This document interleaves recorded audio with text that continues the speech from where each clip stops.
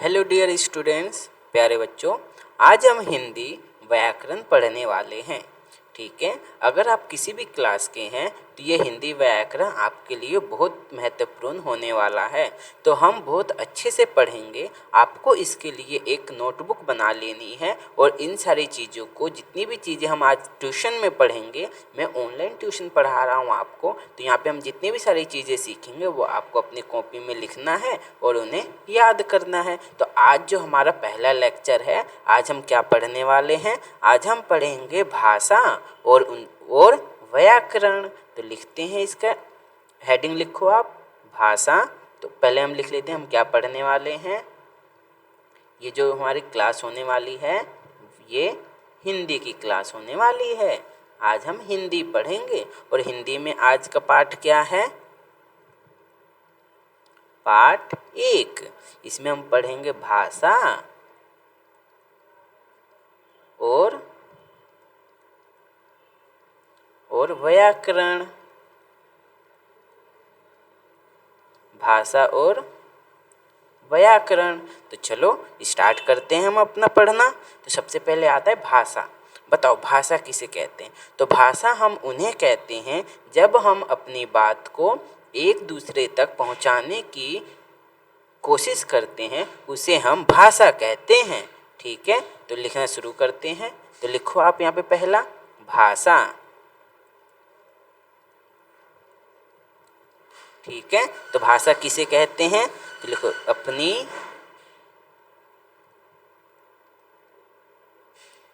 अपनी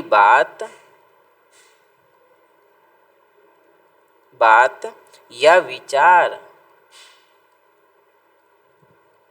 अपनी बात या विचार को एक दूसरे तक पहुंचाना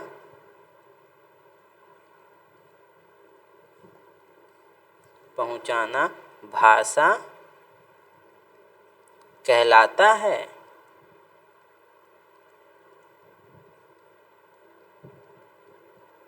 तो आपको पता चल गया भाषा किसे कहते हैं। तो जब हम अपनी बात को या विचार को एक दूसरे तक पहुंचाते हैं तो उसे हम भाषा कहते हैं। अब हम लिखेंगे कि भाषा के कितने भेद होते हैं, यानी कि रूप। तो अब आप अगला हेडिंग लिखिए, भाषा के रूप।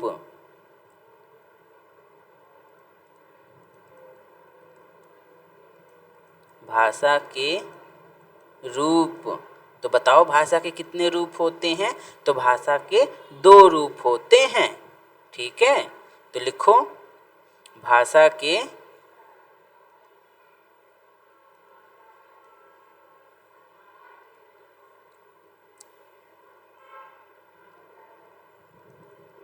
भाषा के 2 रूप होते हैं। तो भाषा के कितने रूप होते हैं? 2। अब हम लिखेंगे कि कौन कौन से होते हैं। तो आप पहला लिखो, पहला है मौखिक भाषा।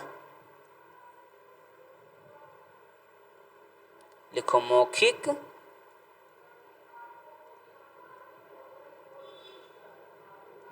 भाषा। और दूसरा है लिखित भाषा। अभी हम इनका भी मतलब समझेंगे। तो पहला है मौखिक भाषा और दूसरा है लिखित भाषा। बताओ मौखिक भाषा क्या होता है? अरे मौखिक का मतलब जो हम बोलकर अपनी बात को कहना चाहते हैं उसे हम मौखिक भाषा कहते हैं। और लिखित भाषा क्या होता है? हम अपनी बात को या विचार को लिखकर प्रकट करते हैं, उसे हम लिखित भाषा कहते हैं। तो चलो इनका भी हम मतलब लिखते हैं। तो पहला लिखो मौखिक भाषा। तो पहला है मौखिक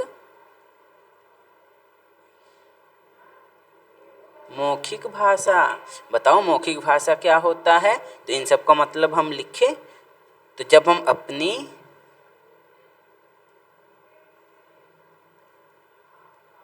अपनी बात को अपनी बात को बोलकर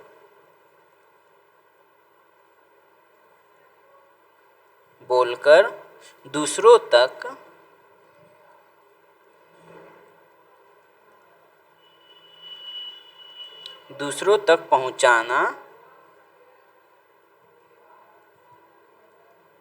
पहुंचाना तथा दूसरों की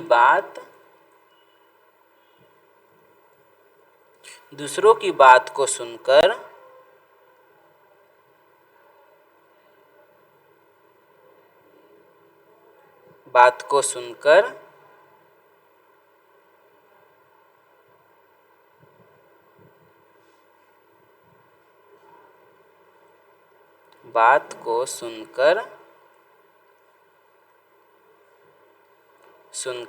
समझना। दूसरों की बात को सुनकर समझना भाषा का मौखिक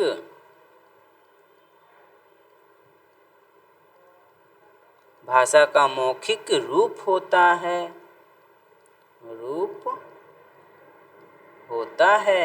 ठीक है, देखो क्या है इसका मतलब, अपनी बात को बोलकर दूसरों तक पहुंचाना तथा दूसरों की बात को सुनकर समझना भाषा का मौखिक रूप कहलाता है या मौखिक रूप होता है। तो आपको समझ आ गया मौखिक भाषा कौन सी होती है। इसके उदाहरण लिखे हम, तो इसके उदाहरण भी लिख लेते हैं। तो लिखो इसका उदाहरण।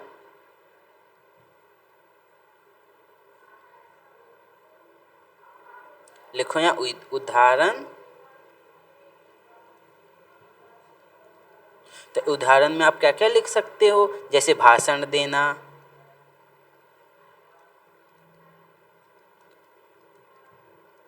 देखो भाषण देना भी तो एक मौखिक भाषा है ना, बिल्कुल सही। और क्या हो सकता है, वार्तालाप करना, ठीक है ना, वार्तालाप, आप एक दूसरे से बात करते हो तो वो भी मौखिक भाषा कहलाता है, वार्तालाप करना। आप जब टीवी पे समाचार सुनते हो वो भी तो मौखिक भाषा है ना, टीवी पर समाचार सुनते हो तो टीवी पर समाचार सुनना भी एक मौखिक, टीवी पर समाचार, ठीक है, यहाँ पे समाचार लिख लेते हैं।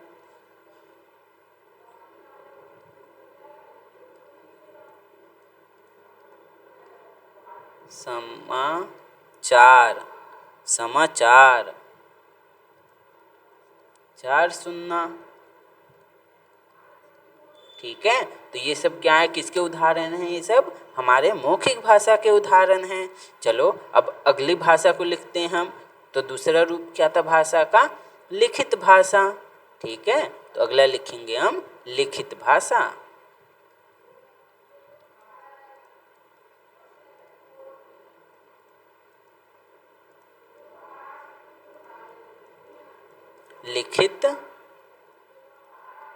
लिखित भाषा, तो बताओ लिखित भाषा किन्हें कहेंगे हम। तो लिखित भाषा हम उन्हें कहते हैं जब अपनी बात को प्रकट करते हैं लिखकर। तो चलो इसके भी उदाहरण, उसके भी आंसर लिख लेते हैं हम। तो इसका डेफिनेशन क्या होगा, जब हम अपनी बात को लिखकर प्रकट तथा प्रकट करना, या करना तो लिखना था, तो प्रकट करना तथा दूसरों की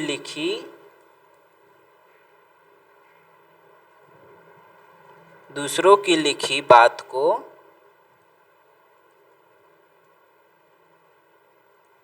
बात को पढ़कर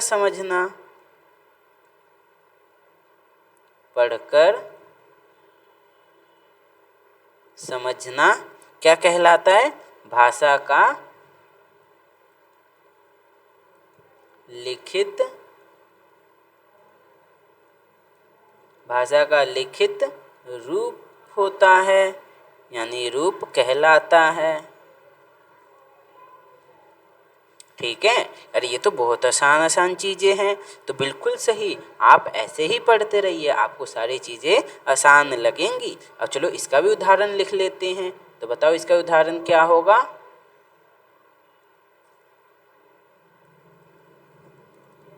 इसका उदाहरण लिख ले।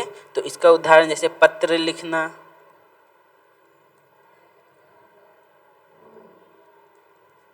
पत्र लिखना भी इसका उदाहरण हो गया। आप समाचार पत्र पढ़ते हो, वो भी एक उदाहरण हो गया। समाचार पत्र पढ़ना, बिल्कुल सही। एक और एग्जाम्पल हम लिख लेते हैं, जैसे कहानी पढ़ना। अरे वाह, कहानी तो बहुत अच्छी लगती है।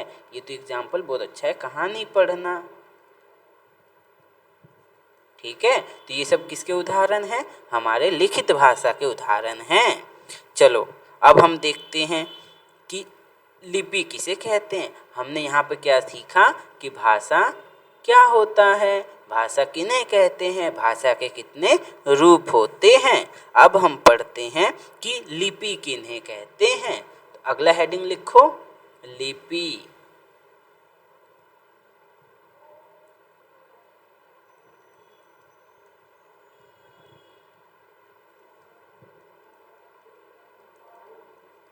लिपि किन्हें कहते हैं, तो आपको समझ आना चाहिए इन सब का मतलब क्या होता है। इसीलिए मैं आपको एकदम प्यार से समझा रहा हूँ, आप बस पढ़ते रहिए। तो बताओ लिपि किसे कहते हैं।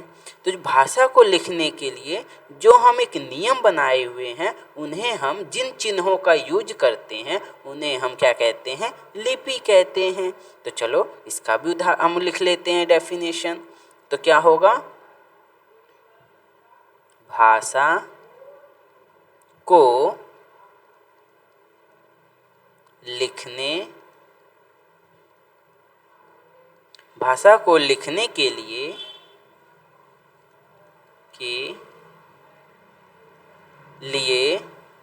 निश्चित निश्चित किए गए चिन्हों को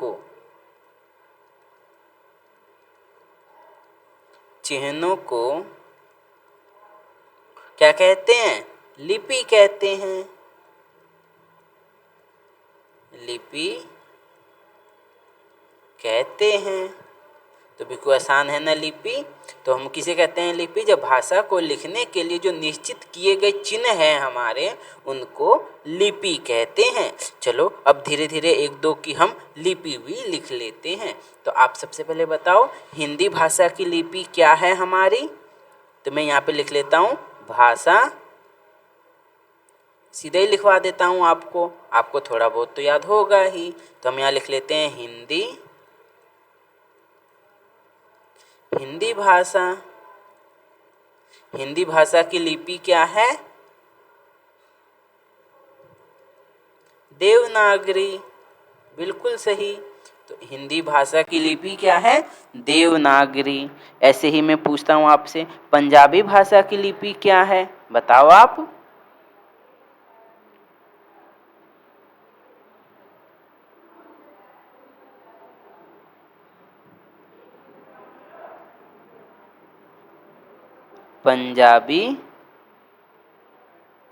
पंजाबी भाषा, बताओ पंजाबी भाषा की लिपि क्या है।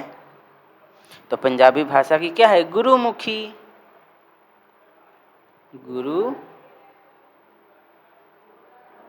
गुरुमुखी। इसी तरीके से अंग्रेजी भाषा की लिपि क्या है,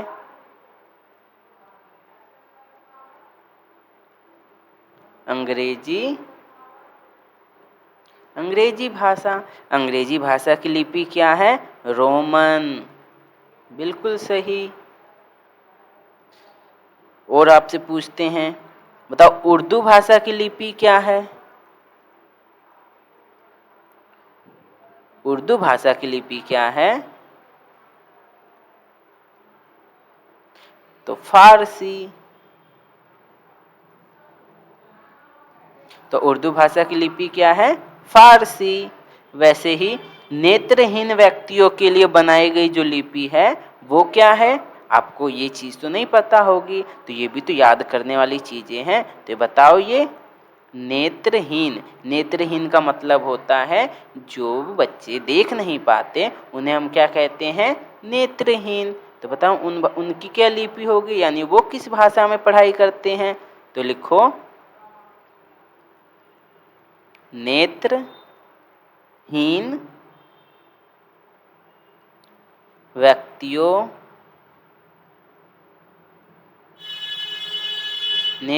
व्यक्तियों के लिए बनाई गई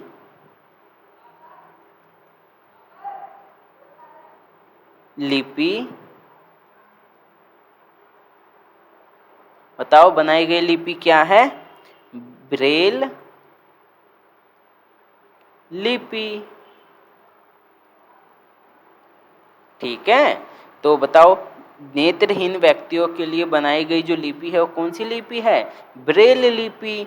तो ये सारी लिपि आपको याद होना चाहिए।